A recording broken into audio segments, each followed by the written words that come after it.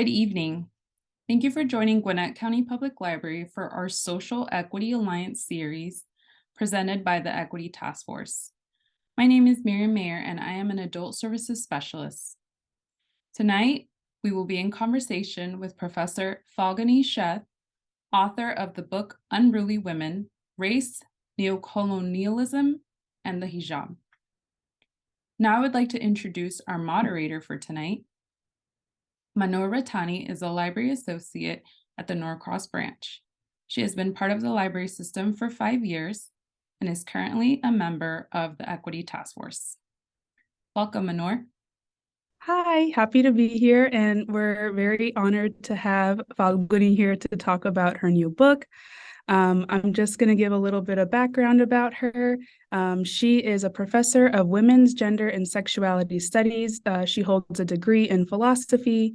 She has published articles on race, hybrid identities, culturally sanctioned violence against immigrants and populations of color, and on the methods by which the state legally establishes the persecution of Muslim women and other women of color.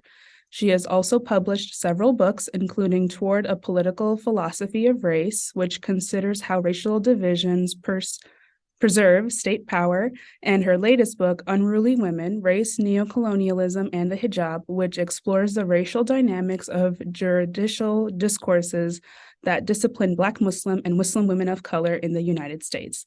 Falguni, welcome to the Social Equity Alliance, and we're so happy to have you. Thank you. I'm really happy to be here. This is lovely. I appreciate it.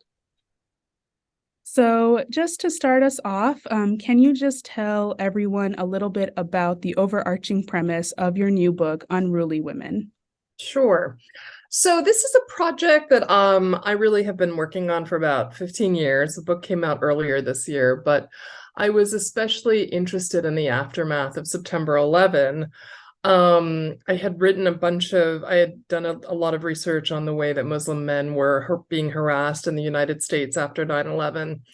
And I was interested in the way that, or whether harassment was being directed at Muslim women or immigrant women and US women who were Muslim. And indeed there was, and it played out differently in the sense that most Muslim women were not necessarily detained by the FBI in the aftermath of 9/11 the way that Muslim men who voluntarily registered upon request of the United States government were detained at various points in the years after September 11, 2001. Whereas for Muslim women, there were different kinds of discrimination and different kinds of injury, and in particular, just a lot of shaming, especially, when I speak of Muslim women, I'm speaking of women who are, if you will, visibly Muslim, right? So those who wear the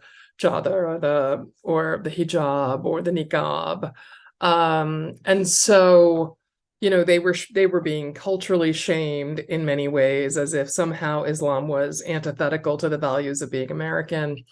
But they were also, in a number of cases, actually, suspected of terrorism as well. And in my first book, Toward a Political Philosophy of Race, I was writing about that.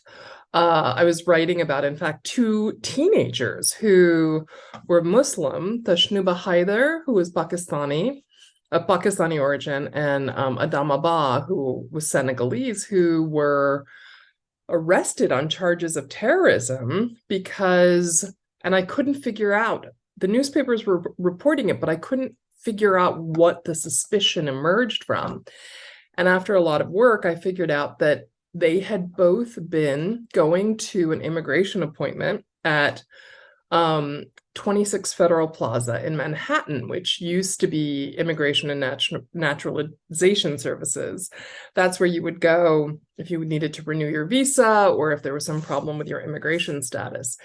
And they didn't know each other, but they were walking past each other or walking, in the same general direction with escorts. And they nodded at each other and said, "Salam alaikum." And that's what I figured out finally, that was what raised the suspicion that they knew each other and were potential terrorists. And these teenage girls, women, But really, teenagers were then arrested and put in detention for 6 weeks without their parents. They were interrogated. They were treated terribly. And so my attention then moved to Muslim women. And then after that, that book came out. And then I was looking at other, kind of continuing some of the questions from that book. And I realized, that Muslim women were discriminated against in many ways. I mean, some of them were getting their hijabs pulled off in the street. Some of them were being attacked.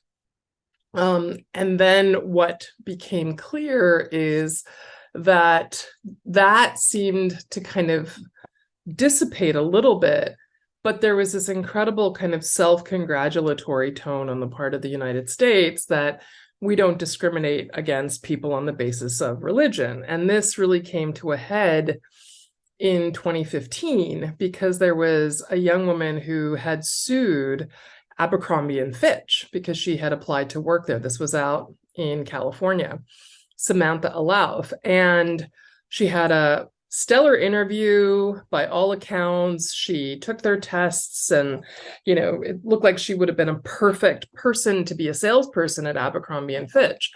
And she said, and she was wearing a hijab. And she said, is this going to be a problem? And the person who interviewed her said, well, I don't think so, but, let me check. And then sure enough, it became an issue and she wasn't hired. So she sued and it went up through the court system. Now, for a discrimination case to actually hit the court system, you can't just as an individual file it. Like the EEOC, the Equal Employment Opportunity Commission, which was formed around the time shortly after the Civil Rights Act of 1964, which prohibited discrimination on the basis of race and sexuality and religion, they have to vet your case before it's allowed to go to court. And the EEOC thought that there was plenty of material here to file a suit against Abercrombie and Fitch. So they did so on her behalf. And it went all the way through the court system.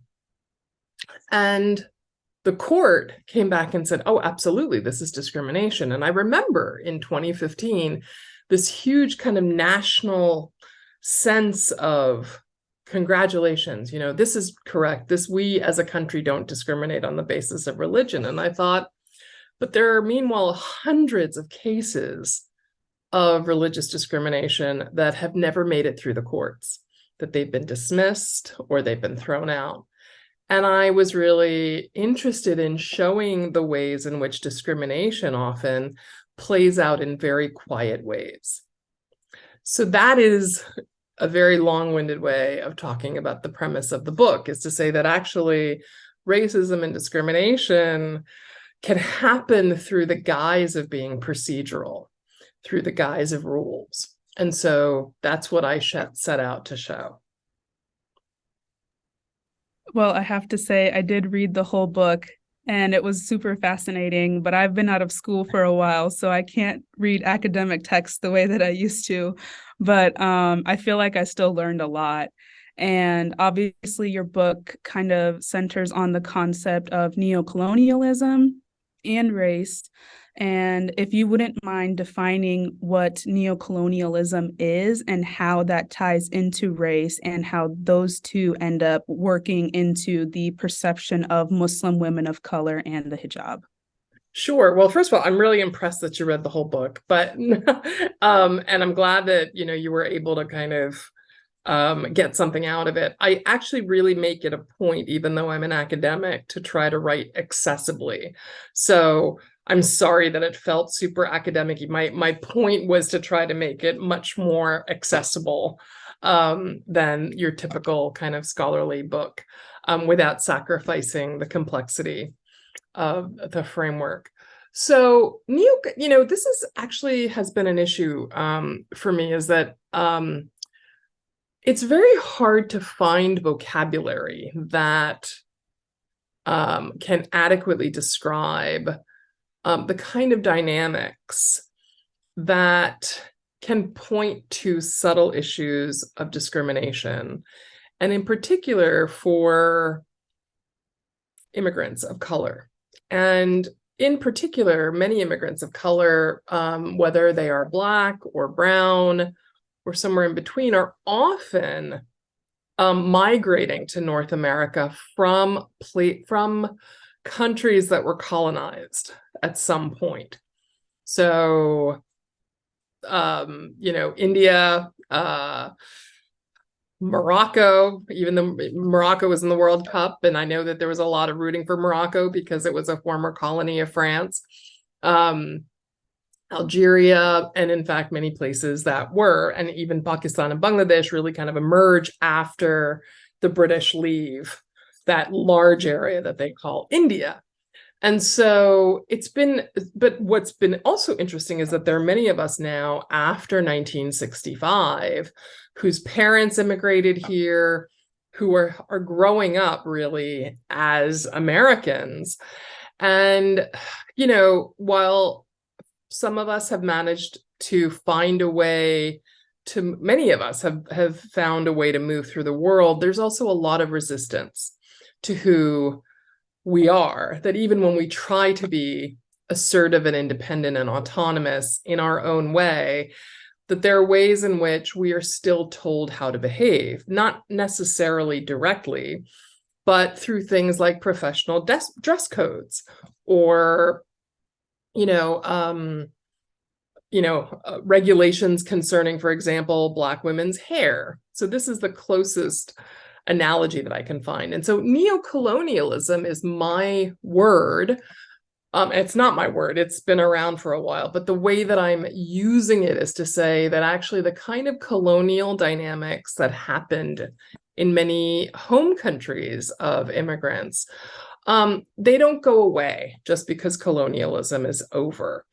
And they don't remain on the shore once we leave those lands and cross the waters to come to other countries, that actually those dynamics travel with us, so that there is this sense often women of color have to deal with. And if you're at all a fan of politics, maybe not a fan, but if you follow politics, you see the ways in which Ilhan Omar, who wears the veil, or the hijab. You see the way Rashida Tlaib, who is Palestinian American, the ways in which they are expected to comport to a standard that makes them less threatening. And this less threatening, less scary, but it's often articulated in terms of this is what it means to be professional. This is what it means to look independent. This is what it means to be autonomous. And often those prescriptions end up getting played out in professional spaces. So no, you can't wear a hijab in the public space. I mean, this is now really starting to kind of calm down a bit, but this is not professional for Black women. It's, you can't wear your hair in natural styles or in cornrows or in braids, right? That there is some kind of sense that we're being guided in the name of professionalism, as opposed to we are being prescribed what to do, even though colonialism is over, in a very paternalistic, neo-colonial sense. So that's what I mean. I know you're not supposed to use the word to define itself, but that's what I mean by neocolonialism, that those kinds of hierarchies still play out before us today, and we still have to deal with them. And in fact, even when you're not wearing the hijab, women of color are often forced to be in places where they have to behave. So, in a way, that's kind of also the ironic title of the book. So that's what I mean by neocolonialism. And you were asking about race and racism? Yes. So how does neocolonialism and race, I think we can kind of tell how those two are tied together just from world history, and how those kind of tie into the perception of Muslim women of color and the hijab. So I think you already kind of covered that in the sense of it's this perpetuating this standard of professionalism and how Black women can also be seen as going through the same thing where they're trying to dictate what you can and can't do. And we've seen even the fact that like we had the Crown Act go through as it had to be like an actual law so that Black women could just wear their hair as they want to, natural or in a protective style. So Right. you can see how it's actually I think it's actually a really good analogy. It was like, I think that was the best way that you could have like given it a sort of more, I guess, known analogy Right. to compare it to the struggle that Muslim women of color face, like wearing the hijab. So I think that was like everything clicked when you had framed it that way in the book. So I was like, oh, I get it now. Yeah, yeah, exactly. And because you know, analogies can be a little dangerous. So I worked really hard to make sure that it worked, you know, because also you don't want to compare things that are really dissimilar. But I thought that there were a lot of kind of similar dynamics at play. And Absolutely. and you're right. I mean, the Crown Act is actually passed as a response to the refusal of employers, right, to Mhm. change dress codes. And, Mhm. you know, so and that was the other thing. I went through tons of dress codes where, you know, women have and men have always been kind of required to dress in certain ways, which is, I think, I mean, it's an interesting phenomenon, right? Like, what does it mean to have to wear a suit and tie? What does it mean? I mean, does it make us make our do our jobs better? And I don't say that critically. I mean, during COVID, when I was teaching on Zoom, you know, I appeared fully professionally dressed because that just got me in the right mood. So it is interesting to see what kind of effect those kinds of codes have. And I think that also kind of ties into the standard of professionalism, even with like having piercings or having, you know, facial tattoos or something like that. Does that affect my ability to do my job effectively, you know? So I think it poses a very interesting question that, you know, if someone wants to wear the hijab or any type of veil, does that affect their ability to do their job, especially when you have people in other religions that also do a sort of version of wearing a hijab or veiling, like you mentioned in the book, like you even the classic example of nuns covering their hair and how there's a sort of double standard where, oh, this group of people can do it, but this group of people can't. And it's weird when they do it specifically. Yeah, and that's actually the other dimension that I didn't talk about when you asked me to discuss the premise of the book, because I think Europe has a very different approach to the hijab. And I think that's, you know, that's what I had in the back of my head as I was writing, which is to say for France, right, there have become have been for the last 25 years extremely assertive about insisting that the hijab is oppressive, that young girls who are in public institutions are being oppressed. There are a lot of us, and those are the racial assumptions, right? That they are doing so because they're being oppressed by their fathers and uncles and brothers. So, and again, that's a very kind of colonial take that somehow women are unable to make decisions by themselves about what to do, and even young women. And what was interesting is even in this country after 9/11, many young girls and young women took up wearing the hijab as for many reasons, and their families were very uncomfortable with it, saying, you know, why are you doing this? Like, we don't want to draw attention. And many of them did it as a recommitment to their faith, a visual commitment. Many of them did it as an act of resistance, right? So we can't really take for granted what the motivations are for people to do this thing. But in much of Europe, there is a much more aggressive attitude, very harsh and critical towards women who wear the veil, but they do make many exceptions for women who are of Orthodox Jewish background or who are Catholic, nuns, etc. So I think I was also concerned to say, look, just because we don't do that here does not also mean that Muslim women are fully able to move in the world the way they wish, right? That there are other ways in which they're being kind of disciplined and restricted. So, sort of in the same vein, I think chapter 4, where you talk about the hijab and the sari in a sort of similar context, was, I think, where things really started to click for me personally. And I just wanted to ask you about if you could kind of speak to the role that the political and cultural authority plays in shaping what is acceptable and what is not acceptable in terms of the racial aesthetics. And of course, like I said, you use the example of the sari versus the hijab. Well, this was really an eye-opener for me because I did not realize that until I started reading anthropological accounts of how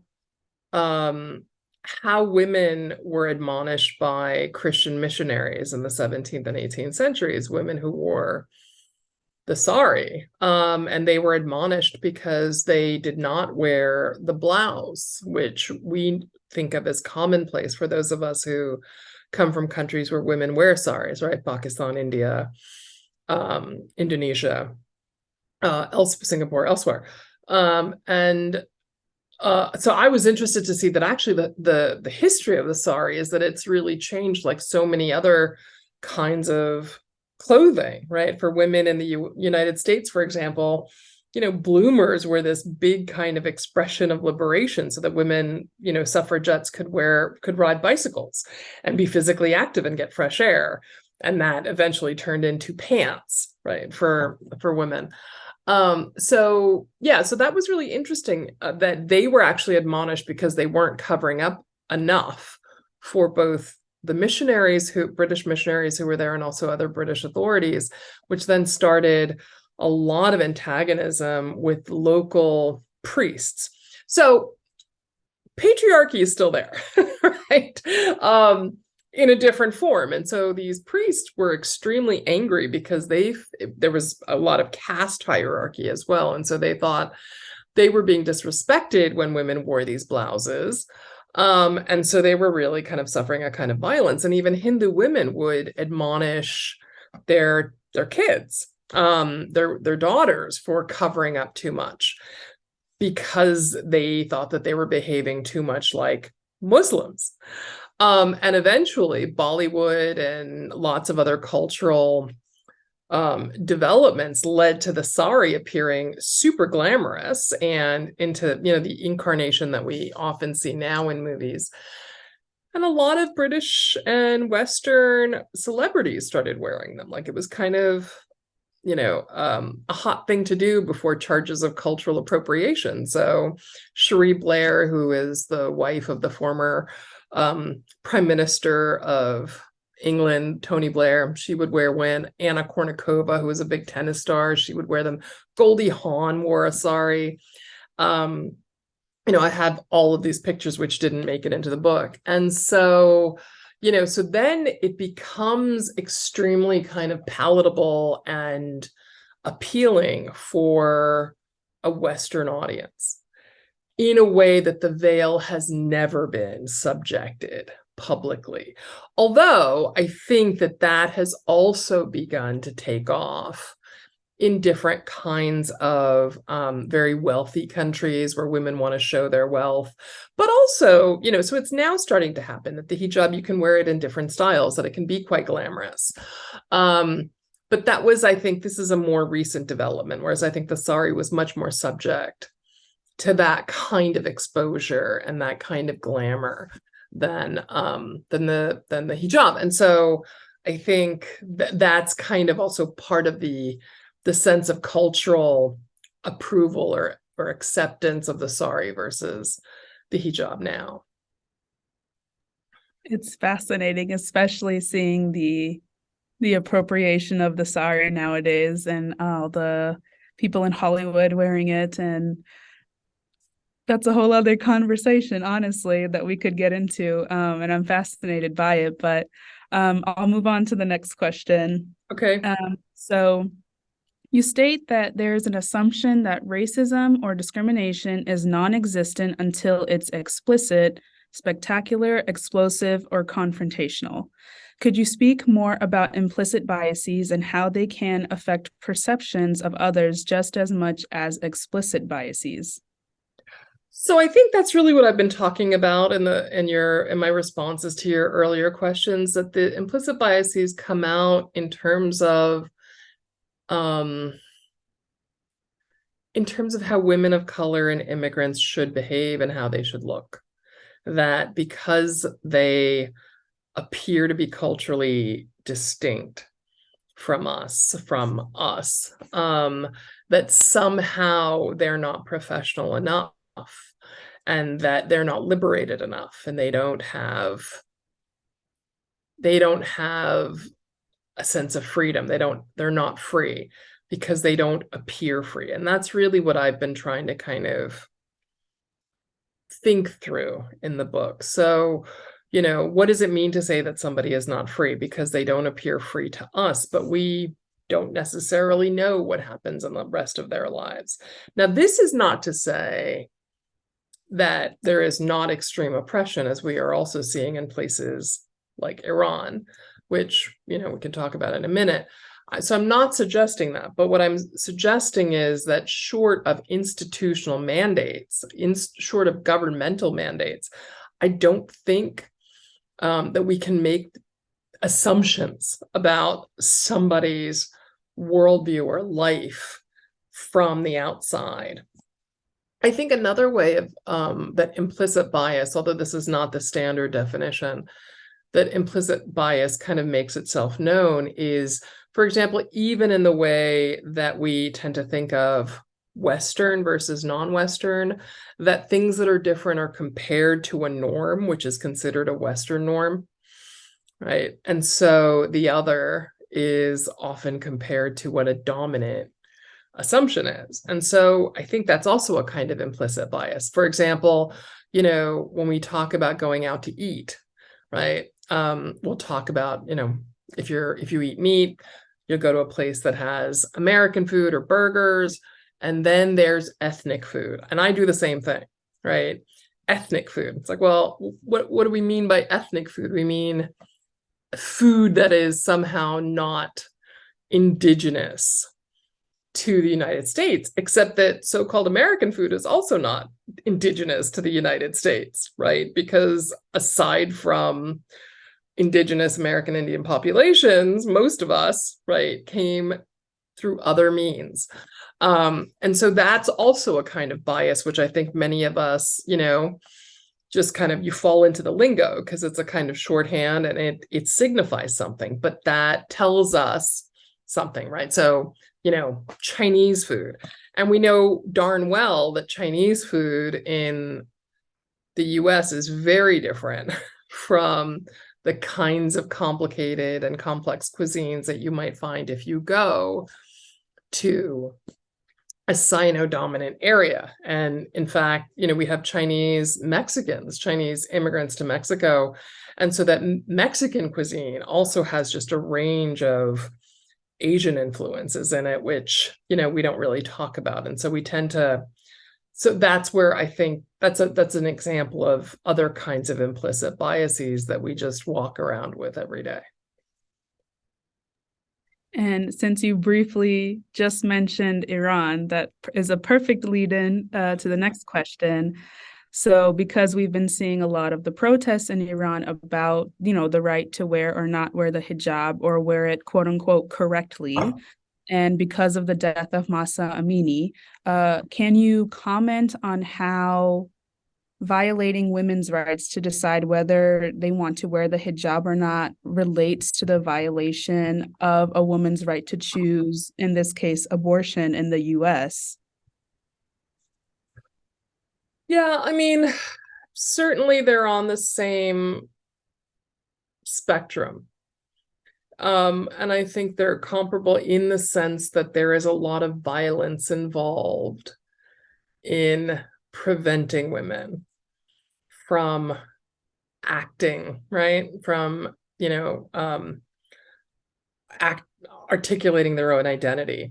And so I think there is something to compare there. And in the same way that I would argue, it's quite oppressive of European countries to not allow women to wear the hijab, but abortion is legal, right, in many, many European countries. And so, I think that there is a kind of comparison to be made.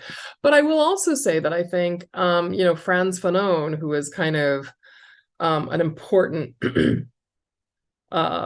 philosopher of colonialism, who was born in Martinique and then went to Algeria as part of the French military service. And he became a doctor and a psychiatrist, and he served in Algeria and wrote a number of really important books about colonialism. I mean, one of his insights is that politics often plays out through clothing. And I would amend that a little bit, and I'm sure I'm not the first to have said this. Politics often plays out on the bodies of women. And I would argue in this particular moment also on the bodies of trans folks and queer folks and others. So,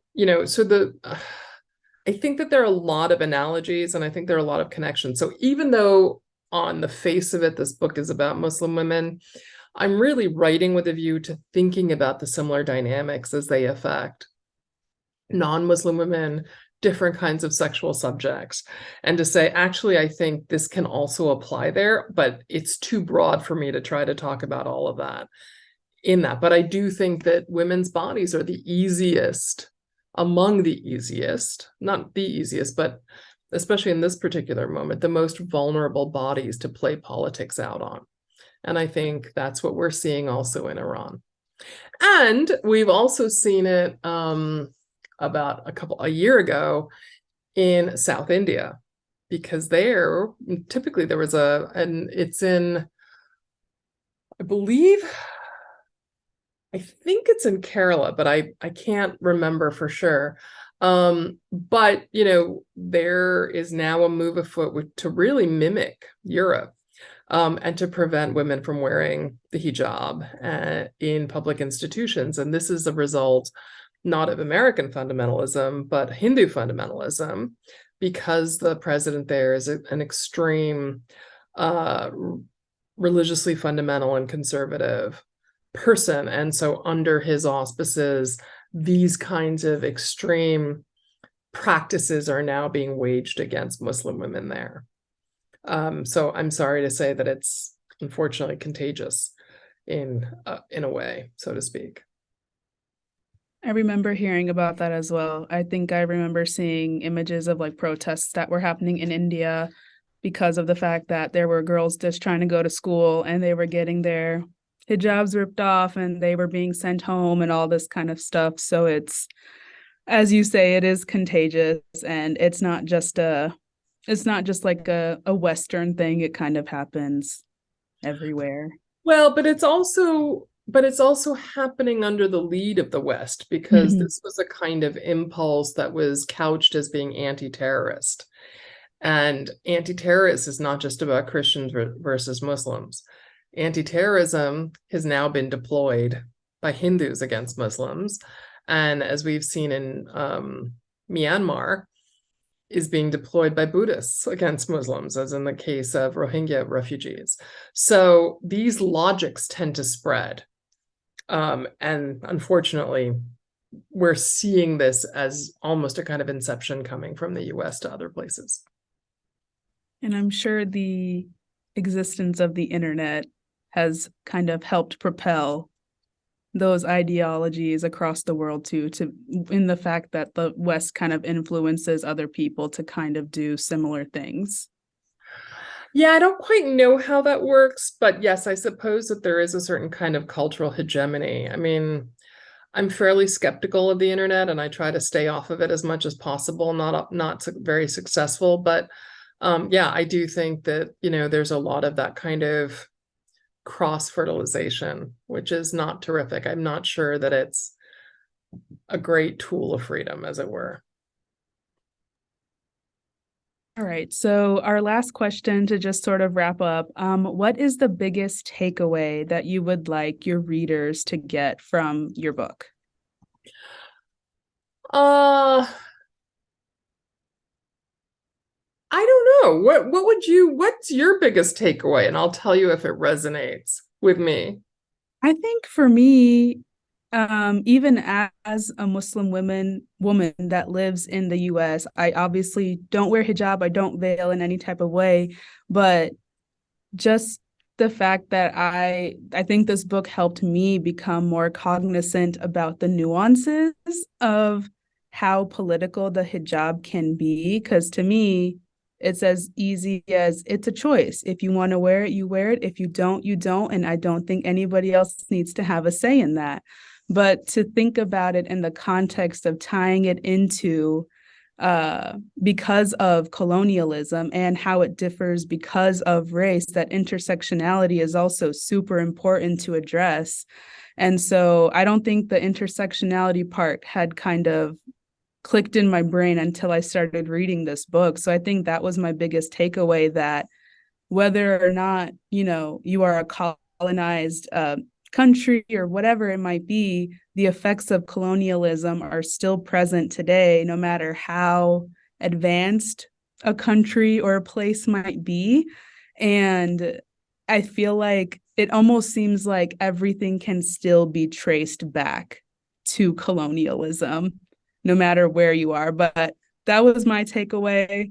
Totally right. I mean, I love it that that's what you said. I'm not cringing at your comments. I'm cringing because, yeah, I think that's exactly right. That is the point, or one of the points that I was hoping to make, which is to say, and actually, what I would love to do is build on one of your comments there, which is to say, no matter how advanced a country is, that we still have these kinds of dynamics.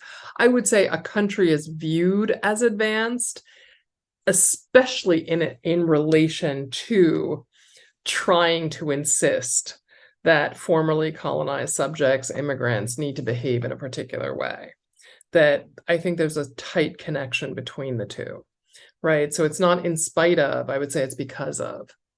But yes, that was gorgeous. Thank you. That was such a thoughtful kind of assessment, and absolutely what I share. So I'm so glad that that was your takeaway. I'm so glad I hit the nail on the head on that too, because Totally I've been trying to process all the stuff that I read over the past few days, especially because I read the book in like two big chunks. Oh, And yeah. so that was a lot to do in like one sitting, but I was Yeah. so determined to finish it and try to process everything before we were meeting tonight. So I'm glad that, I got a chance to marinate on it. Yeah, that was great. And it gives me hope that maybe my writing was more accessible than I Yes. feared. Good. I think so too, especially since I know I struggle with academic texts, but I think it still came through as being understandable and palatable. Terrific. Thank you. So we do have a question from Linda. She was asking if you would be comfortable sharing any personal experiences that led you to research the conduct regarding race, politics, and gender. And what influenced you? In what ways has your research changed or reinforced your worldview? Mm, wow, that's a super complex, probing question. It's no, it's fine. The person who asked that question is just apologizing. No, it's fine. It's a very helpful question. I mean, there's a lot, it's interesting to me because I came here in probably one of the first waves of immigration, from India with my mother. I was 2 when I came. My father had come a year before, or, a few months before. And, it's really been an interesting kind of sea change to see how the country has kind of moved and evolved. I'm not sure it's evolved, but shifted over the last four plus decades. And I mean, don't know that I was super cognizant of racism until I shared a bunch of stories about middle school and being bullied with a with a grad school roommate.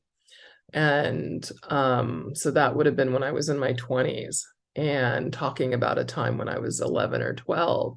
And this roommate was not necessarily super progressive or anything, but she said, "You realize that was racism, right?" And it had never occurred to me that that's what that was. And then, I mean, that was really, I think that really kind of led me to think deeply about what that looked like. And I mean, in graduate school, I have my PhD is in philosophy, and I was one of two women of color in a class, an entering class. I mean, it was very unusual because it was the new school, but it was an entering class of 50 to 75. And the kinds of questions that I was asking were often just dismissed, which, by the way, is the next thing that I'm working on, is what does it mean? What is dismissal as a way of managing women of color and populations of color? And I was told that I should just go to law school, that I was not a very good philosopher and I didn't have a head for it. And it was interesting because I tend to be a little stubborn. So I stuck around. I ended up finishing. In fact, one of the very few people in my class who finished. And I'm still asking the same questions. And, they may or may not be popular, but the questions do suddenly start to make more sense. I think 9/11 was another major moment for me. I started the first day of my academic teaching career, research career, on 9/11. And I had, taught a bunch of classes here and there. And that was really, I remember that day. It was the first day of classes. I had just moved to my new job and I was supposed to teach at 9:30, and the planes hit at around 8 o'clock, sometime after 8. And I remember thinking, oh my God, Muslims are going to be blamed for this, without even knowing. And I'd been teaching classes on race, although race was not a real popular topic 30 years ago in the way that or 20 years ago, the way that it is now. And I thought, oh, here we go. And so, so that really led me to think about how race is not an identity, but how it's a tactic, and how race and racializing people, because Muslims are not a race, right? And often we'll say, well, you're talking about religion, you're not talking about race. It can't be racism. But as I argue in my first book, actually Muslims are racialized. It's a process, and it's done through laws. And that's what I watched. And that was my research, because suddenly I started to understand how immigrants fit or didn't fit into the American racial imaginary. And immigrants, it's interesting to me, I don't know how you feel about this, Manor, but I've now been in Georgia for about 7 years after living all around the country for 20 years, 30 years. And immigrants still feel like an afterthought here, even though there's such an enormous population of refugees, of migrants, of Asians, of Latinos, of folks who are Caribbean, Afro-Caribbean, Indo-Caribbean. And it's shocking that especially in Georgia, the conversation is still black and white. And, unfortunately, after the massacre of those 5 women, up in in those spas, right, only then was there kind of a little spark of attention. So I think I have spent a lifetime trying to figure out where we all fit in and how we fit in, but not just how we fit in, but why it is that we're treated the way that we are, and there isn't a conversation about it. Because I'm not sure that being an immigrant of color really allows us to escape racism. But we don't talk about racism in terms of immigrants. We talk about it in terms of a very long and important and vibrant, and we should talk about it in terms of, a black-white relationship. But there are more people in the mix. and of different backgrounds. And I think that's, I'm still trying to kind of force that conversation, right? To say immigrants are still treated in ways that are not legible. And we need a vocabulary to talk about that. And it's not just about identity. So again, a very, very long answer to your question, but I hope that helped. Absolutely. I feel like I agree with you in that sense for sure. We were actually having a language program last night at the branch, and we were talking to two of our members. One was a completely brand new person that came on the last day of class, and she's actually from Morocco. And she talked about how she also lived in France for a little bit. And so we kind of giggled at that part because and she wore hijab as well. And so she talked about, especially in the sense of learning English, right? Because she speaks mostly Arabic at home with her family. And in France, she said that in her experience, people were not as kind when she was trying to, practice learning her English and stuff like that. But she said once she came here, people were so much more accepting and so much nicer, and she felt more comfortable being able to try to actively speak English, just because the community seemed to be more like welcomed her with open arms. And she was so grateful even coming to the program last night, even though it was the last one of the semester. So we got to have like a really great one-on-one conversation about how people's worldviews are so different, and it can vary from one place to another. But she felt so comfortable being here, especially in Norcross. It's a very diverse community here compared to a lot of parts of the Gwinnett.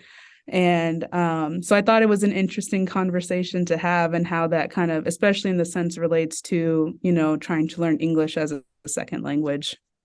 Well, and in fact, that was what I was doing when I first arrived to Atlanta. I was teaching at Emory, but for a long time, in various places where I've lived, I teach English to refugees and immigrant populations. And I did that as well when I first arrived. And it was really interesting. That's when I realized just what an intensely diverse state this is. Because I was teaching in Clarkston, which has one of the highest refugee resettlement populations in the country. There are books written about Clarkston and refugees. And I thought, wow, and no one, certainly, not the people outside of Georgia who are always getting on our cases about voting progressively.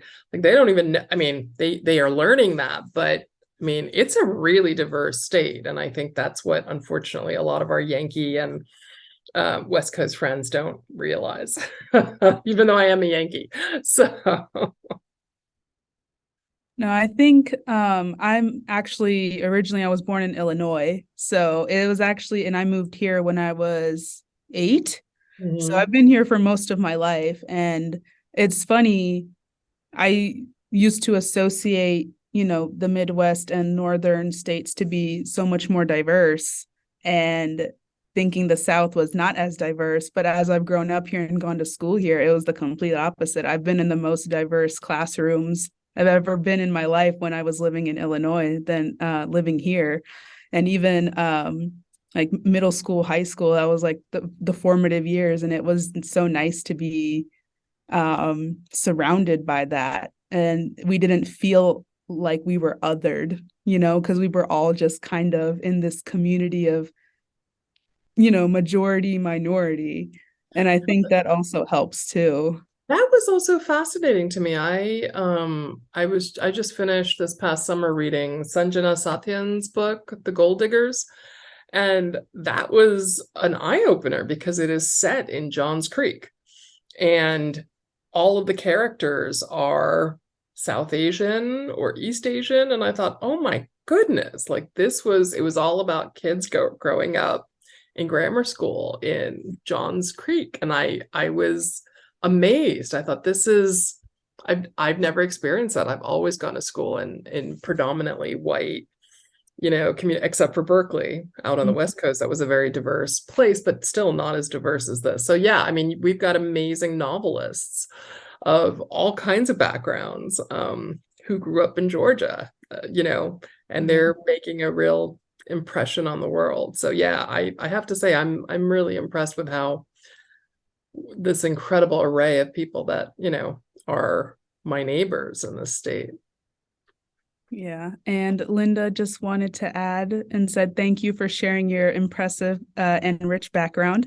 And she also wanted to say that she's in the same vein as us, that she's very glad that she gets to live in a place that's very diverse, in a county that's very diverse, and that it's a beautiful mix of people.